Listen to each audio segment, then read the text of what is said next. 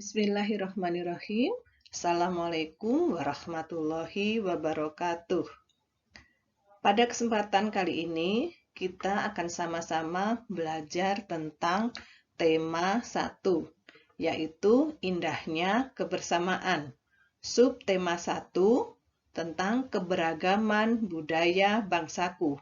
Untuk muatan pelajaran IPA dengan bahasan bunyi.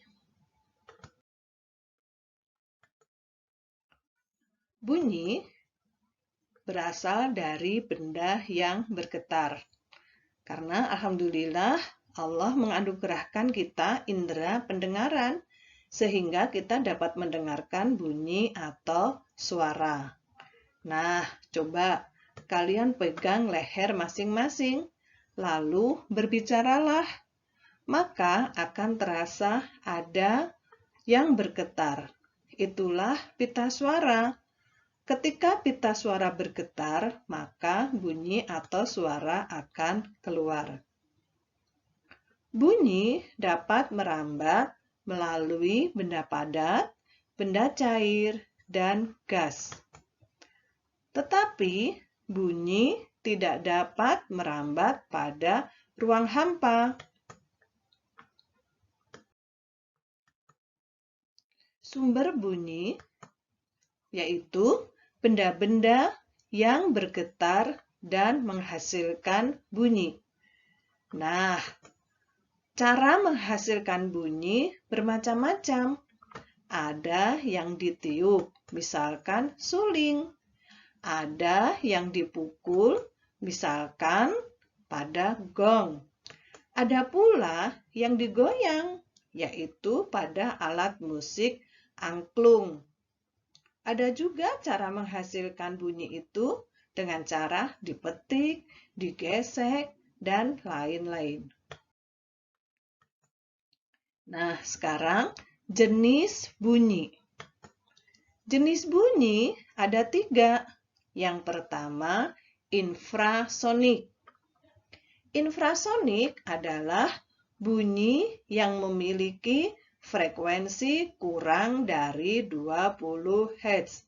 Contohnya pada jangkrik, anjing, dan gajah. Yang kedua, jenis bunyi adalah audiosonik. Audiosonik yaitu bunyi yang memiliki frekuensi antara 20 sampai dengan 20.000 Hz. Bunyi ini dapat didengar oleh manusia. Sekarang, jenis bunyi yang ketiga, yaitu ultrasonik. Ultrasonik adalah bunyi yang memiliki frekuensi lebih dari 20.000 Hz. Contohnya pada hewan kelelawar, kemudian pada hewan paus, dan lumba-lumba. Nah, apa sih frekuensi itu? Frekuensi adalah banyaknya getaran dalam 1 detik. Nah, frekuensi akan menentukan tinggi rendahnya bunyi.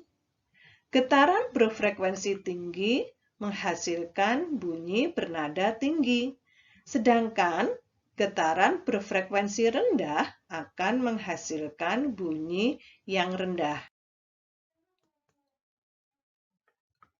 Kalau amplitudo, yaitu simpangan terjauh suatu getaran terhadap kedudukan diamnya.